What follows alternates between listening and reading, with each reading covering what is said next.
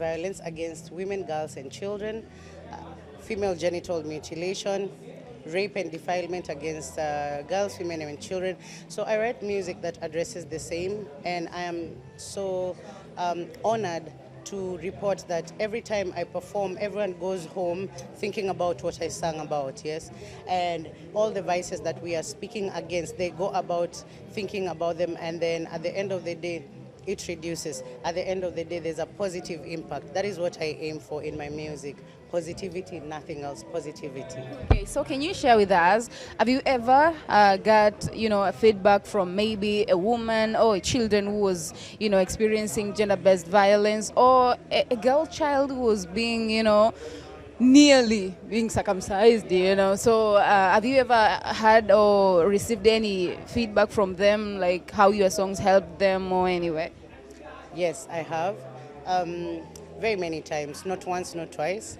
But there was a time that one particular incident touched my heart, and it led to me writing the song Number Honey. It means I refuse. I wrote it to address gender-based violence because I was called to a hospital, and the mother had just lost her child, who was 6 months old, and she had been defiled to death. So I did not know what to do about the whole situation because it was very sad. So I wrote a whole story, I wrote a whole song to address the same. So when we meet with the mother, she says it's amazing, and at least it gave her closure about everything. Yeah. Okay. The type of music that you're doing, the music that aims at giving back to the society, educating the society, raising awareness, is not many artists that are doing that. You're just few, and there are not many artists that do the same music that you're doing. So what is your take or your call for the artists who have the chance to be heard more, who has exposure about, educating society about things like this? I think every artist is powerful in their own way.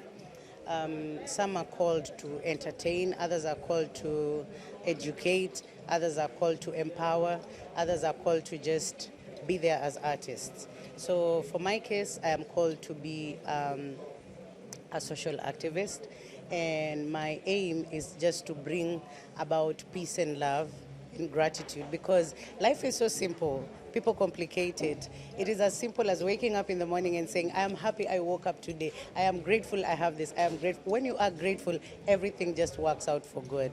So what I say to them is to just let go of control and let God take care of everything. So I forgot to ask you about how you feel. How do you feel being in Sauti za Busara, one of the performers for this year? I was almost breaking down on stage because this is my dream come true. I'm actually living my dream because very many years back, I saw Sauti za Busara, and I would dream, I would imagine myself on stage performing, and here I am. I'm super grateful to everyone involved for having me, and the audience. The audience is beautiful. I'm grateful.